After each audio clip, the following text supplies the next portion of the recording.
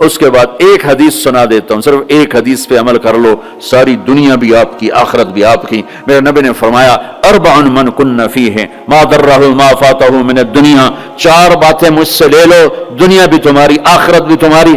صدق حدیث، ہمیشہ سچ بولنا، جھوٹ نہ بولنا، ہمیشہ سچ بولنا، جھوٹ نہ بولنا۔ حفظ امانت، کسی کو دھوکہ نہ دینا، کسی کو دھوکہ نہ دینا۔ سارے ایسے ترقی یافتہ ملکوں میں ہمارے انڈیا پاکستان کے نوجوان دھوکہ دیتے ہیں لڑکیوں کو، مقامیوں کو، کہ ان سے شادیاں کرتے ہیں، پیپر بنا لیں، پیپر بنتے ہیں پھر بھاگ جاتے ہیں۔ میرے نبی کو بدنام نہ کرو، میرے نبی کو شرمندہ نہ کرو۔ ایک واقعہ لکھا ہے احسان دانش نے کہ دہلی میں جب انگریز کا راج تھا تو ایک یہ جو پک پاکٹ والا سردار تھا، اس کے آگے چیلے تھے، تو اس کا ایک چیلا، ایک شاگرد صرف 2 روپے لے کر آیا شام کو، تو اس نے اس کو پٹائی کی کہ صرف 2 روپے۔ اس نے کہا استاد آج بہت موٹا مال کمایا تھا، آج ایک انگریز کی جیب کاٹی تھی، وہ میں بڑے پیسے تھے، لیکن جب میں 4 قدم چلا تو مجھے خیال آیا کہ قیامت کے دن اگر عیسیٰ علیہ السلام نے میرے نبی کو گلہ دے دیا کہ آپ کے امتی نے میرے امتی کی جیب کاٹی تھی، تو مجھے ان کی وجہ سے، میری وجہ سے میرے نبی کو شرمندہ نہ ہونا پڑے، تو میں نے جا کر اس کو واپس کر دیے اور یہ 2 روپے اپنے دے کھسکا کے لائیں۔ تو وہ اس کا استاد بھی رونے لگا کہ بیٹا یہ 10 روپے تیرا آج کا انعام ہے، تو نے کمال کر دیا۔ تو میرے عزیزو ایسا کام نہ کرو جس سے تمہارے نبی کو شرمندہ ہونا پڑے۔ یہاں رہتے ہو صحیح طریقے سے پیپر بناؤ، غلط طریقے سے پیپر مت بناؤ، ٹیکس چوری مت کرو، ٹیکس کی چوری کے لیے ہیلے بہانے جھوٹ مت کرو۔ مسلمان سچ بولتا ہے، جھوٹ نہیں بولتا، مسلمان دھوکہ نہیں دیتا، دیانتداری سے کام کرتا ہے۔ 4 ٹکے بچا کر کیا کر لو گے؟ جھوٹ تمہارے چہرے کی لعنت بن جائے گا، قیامت کے دن کی سیاہی بن جائے گا۔ اور میرے نبی نے فرمایا جو دھوکہ دیتا ہے وہ میری امت سے خارج ہو جائے، من غش فلیس منا۔ جو نماز نہیں پڑھتا میری امت سے خارج ہو گیا، یہ نہیں کہا۔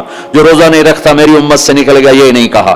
جو دھوکہ دیتا ہے میری امت میں سے نکل گیا، میری امت میں سے نہیں ہے۔ تو یہاں رہنا ہے تو سچائی کے ساتھ رہو، دیانتداری کے ساتھ رہو۔ شادیاں کی ہیں تو پھر نبھاؤ، پھر اس سے نبھاؤ، پہ فراڈ نہ کرو۔ ایک دن آنے والا ہے تمہیں اللہ کے سامنے کھڑے ہونا ہے، تمہارے دھوکے فراڈ سارے کھول کے اللہ تعالیٰ الگ دکھا دے گا، اور اس دن شرمندگی ایسی ہوگی کہ کہیں چھپنے کی جگہ بھی نہیں ملے۔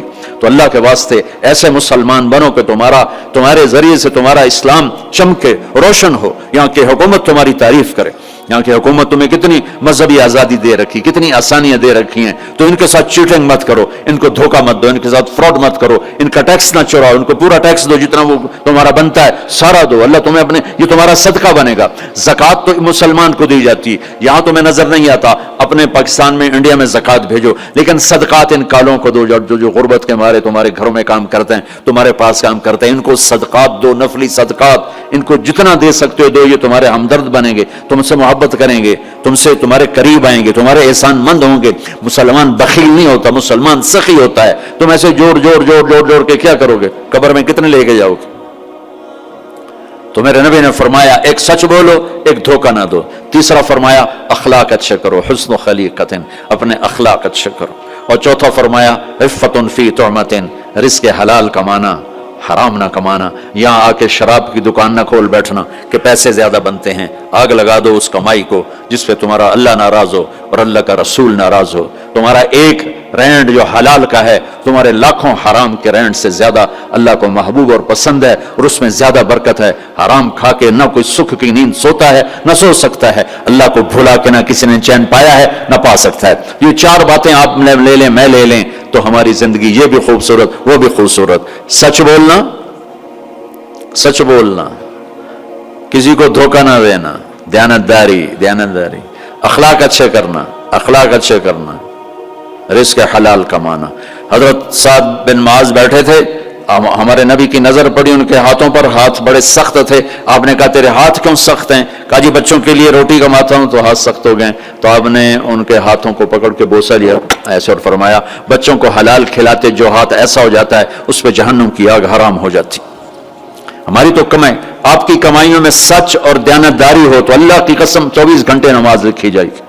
پانچ نمازیں نہیں لکھی جائیں گی، 24 گھنٹے کے سجدے لکھے جائیں گے۔ کام میں، جاب میں، شاپ میں، کاروبار میں، اپنی ملازمت میں اگر آپ سچائی اور دیانتداری والے ہو تو آپ کا ہر لمحہ خوبصورت ہے اور نماز اور بندگی ہے۔ اپنی فیملیز کے ساتھ رہتے ہو، ماں باپ ہیں، ان کی دعا لے لو، بیویاں ساتھ ان کو عزت دو، احترام دو۔ گھر والوں کو حسن سلوک سے رکھنا یہ بہت بڑا ایمان ہے. میرے نبی نے فرمایا سب سے اعلیٰ درجے کا مسلمان وہ جو بیوی کے ساتھ اچھا سلوک کرتا. پھر آپ نے کہا میں اپنی بیویوں کے ساتھ سب سے اچھا سلوک کرتا. تو وہ ایک نوجوان میرے پاس آیا, کہنے لگا جی بیوی سے جھگڑا بہت ہوتا ہے تو مجھے کوئی تعویذ دے دو. میں نے کہا بیویوں پہ تعویذ چلتا ہی کوئی نہیں.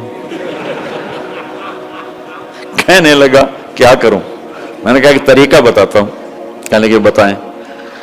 میں نے کہا ہر دفعہ جب کھانے پہ بیٹھو 2-3 لقمے اپنے ہاتھ سے کھلا دیا کرو. کہنے لگا اس سے کیا ہوگا؟ میں نے کہا یہ تو تم بعد میں دیکھو گے کیا ہوگا, تم کرو تو صحیح. کچھ 2 ہفتے گزرے, میری اس کی اچھی دوستی تھی, اللہ اس کی بخشش فرمائے, تو فوت ہو گیا. میں نے پوچھا, اس کا فون آ گیا نا, تو میں نے پوچھا وہ میری بات پہ عمل کیا؟ کہنے لگا نہیں. میں نے کہا کیوں؟ کہنے لگا شرم آتی. میں نے کہا لڑتے ہوئے شرم نہیں آتی؟ بولا عورت بھی کوئی ذات ہے جس سے لڑا جائے. وہ غصے میں بھی آئے تو کمزور ہے, کمزور سے درگزر کرنا ہی انسانیت ہے. میرے نبی نے فرمایا شریف آدمی بیوی سے دب کے چلتا ہے اور کمینہ آدمی بیوی کو دبا کے چلتا ہے. تو میں کمینہ بن کے نہیں رہنا چاہتا, میں شریف بن کے رہنا چاہتا ہوں. یغلبہن اللئیم ویغلبن الکریم لان اکون مغلوبا کریما احب علی من ان اکون لئیما غالبا. سبحان اللہ. کہ میں شرافت والا بننا چاہتا ہوں, کمینہ نہیں بننا چاہتا. میں نے کہا تمہیں لڑتے ہوئے شرم نہیں آتی؟ گاما پہلوان پنجاب والوں نے سنا ہوگا, بہت بڑا رستم تھا. وہ پارٹیشن کے بعد پاکستان آ گیا لاہور, تو سبزی لے رہا تھا تو بھاؤ تاؤ پہ کوئی ہو گیا جھگڑا, تو وہ دکاندار کے پاس گلاس, اس نے گلاس اٹھا کے مارا گامے کو, اس کے یہاں لگا, خون نکل آیا. اس نے چپ کر کے پکڑی کھولی اور نیچے سے یوں اس کو لا کر باندھ کے چل پڑا. تو لوگ انہوں نے اس کو پکڑ لیا, پہلوان جی اے ماڑا جا بندہ تو مار گیا, تو اسے آکھی کچھ نہیں, تو اس پہلوان. کہنے لگا ماڑے نو مار دیا شرم آتی ہے. وہ کہنے لگا کمزور کو مارتے ہوئے شرم آتی. تو عورت پہ ہاتھ اٹھانا یا گالیاں دینا, اس کے ماں باپ کو گالیاں دینا, یہ تو جانوروں کا کام ہے, انسانوں کا کام تو نہیں ہے. میں نے کہا کر اور مجھے بتا. کوئی 2 گھنٹے بعد اس کا فون آیا کہ مولانا صاحب کمال ہو گیا. میں کیا ہوا؟ کہ میں نے اس کے منہ میں لقمہ ڈالا, ہوتا منہ تھے کھلے رہ گیا, منہ کھلے رہ گیا. مجھ سے کہنے لگی تو خود تو کر نہیں سکتا, کس نے تمہیں یہ سکھایا ہے؟ کس نے سکھایا؟ اس نے کہا مجھے مولی طارق جمیل نے سکھایا. اور میں ایسے چولی اٹھا لی, اللہ مولی طارق جمیل اور اس کے بچوں کا بھلا کرے جس نے تمہیں انسان بنایا. اپنے گھروں کو آباد کرنا تو اخلاق اچھے کرو, بول میٹھا کرو. بچے ساتھ ہیں ان کو محبت سے لے کے چلو. آپ ایسے دیس میں ہو جہاں ہمارا دینی ماحول نہیں ہے, آپ کو بنانا پڑے گا. اور دینی ماحول بنانا ماشاءاللہ, بہت مسجدیں دیکھی, مدرسے دیکھے, بہت خوشی ہوئی, لیکن ماحول بنانے کے لیے کچھ اور بھی ہے. محبت دو. علماء سے کہتا ہوں آپس میں پیار محبت کی فضا قائم کرو, شدت پہ نہ چلو, نرمی پہ چلو, فتوے بازی پہ نہ چلو, محبت سے چلو. اختلاف رائے کرو, پر اختلاف رائے کو کفر تک پہنچا دینا, حرام تک پہنچا دینا, یہ اہل علم کا کام نہیں ہے. اہل علم ہوتے ہیں جو حلیم ہوتے ہیں, وقور ہوتے ہیں, اور وہ درگزر کرنے والے ہوتے ہیں, محبت کرنے والے ہوتے ہیں, معاف کرنے والے ہوتے ہیں, برداشت کرنے والے ہوتے ہیں. چھوٹی چھوٹی باتوں پہ فتوہ بازی, اس سے بچو. اللہ تعالیٰ نے جو ہمیں یہ تبلیغ کا کام دیا ہے, اس میں آپ سب سے نیت کرواتا ہوں کہ 4 مہینے لگانے کی ساری نیت کر لو. کرتے نا نیت انشاءاللہ. اور چھوٹی سی تشکیل کرتا ہوں کہ ہر مہینے 3 دن آپ لگا لیا کریں. اللہ کا فضل ہے, تبلیغ کا کام تو ہر جگہ ہو رہا ہے. اب ہر مہینے صرف 3 دن جانا شروع کریں. جنید جمشید مرحوم کو میں نے یہ کہا تھا کہ تو 3 دن لگانا شروع کر. وہ کہنے لگا میں تو ناچتا ہوں, سٹیج پہ گاتا ہوں, میں 3 دن لگاؤں گا, کیسے لگاؤں گا, میں ادھر یہ کرتا ہوں, ادھر تبلیغ کر. وہ میں نے کہا یہ تیری ڈوز ہے, دوا ہے, تو دوا شروع کر, صحت ہو جائے گی. 97 کی یہ بات ہے. اس نے بات پلے باندھ لی, ہر مہینے 3 دن لگا لیتا جب کراچی میں ہوتا. جب نہیں ہوتا تھا تو پھر نہیں ہوتے تھے. جب کراچی میں ہوتا تو 3 دن. 97, 98, 99, 2000 اور 2001 میں 4 مہینے کے لیے نکل گیا. تو آپ سب مجمع ماشاءاللہ نوجوانوں کا ہے, 3 دن لگاؤ گے, ٹھیک ہے نا. اور اگر کوئی اس مجمع میں کسی سے ناراض ہے تو اٹھنے سے پہلے ہی اس کو معاف کرے. اگر یہیں موجود ہیں تو گلے لگے, اور وہ موجود نہیں ہے تو وہاں جا کے اس کے گلے لگ جائے اور اس سے معافی مانگ لے. معافی مانگو گے اللہ آپ کو معاف کرے گا. کسی دو مسلمان کا آپس میں بائیکاٹ نہیں ہونا چاہیے، کسی دو مسلمان کا آپس میں بول چال بند نہیں ہونا چاہیے.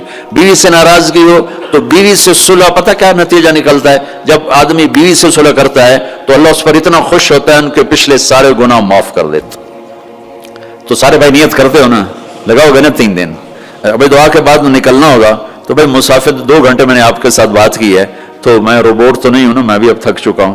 تو بھائی مسافر نہ کرنا، مسافر اتنے رش میں مسافر کرنے بھی نہیں چاہیے، بس زبان سے اب سلام کو میں جواب دوں گا.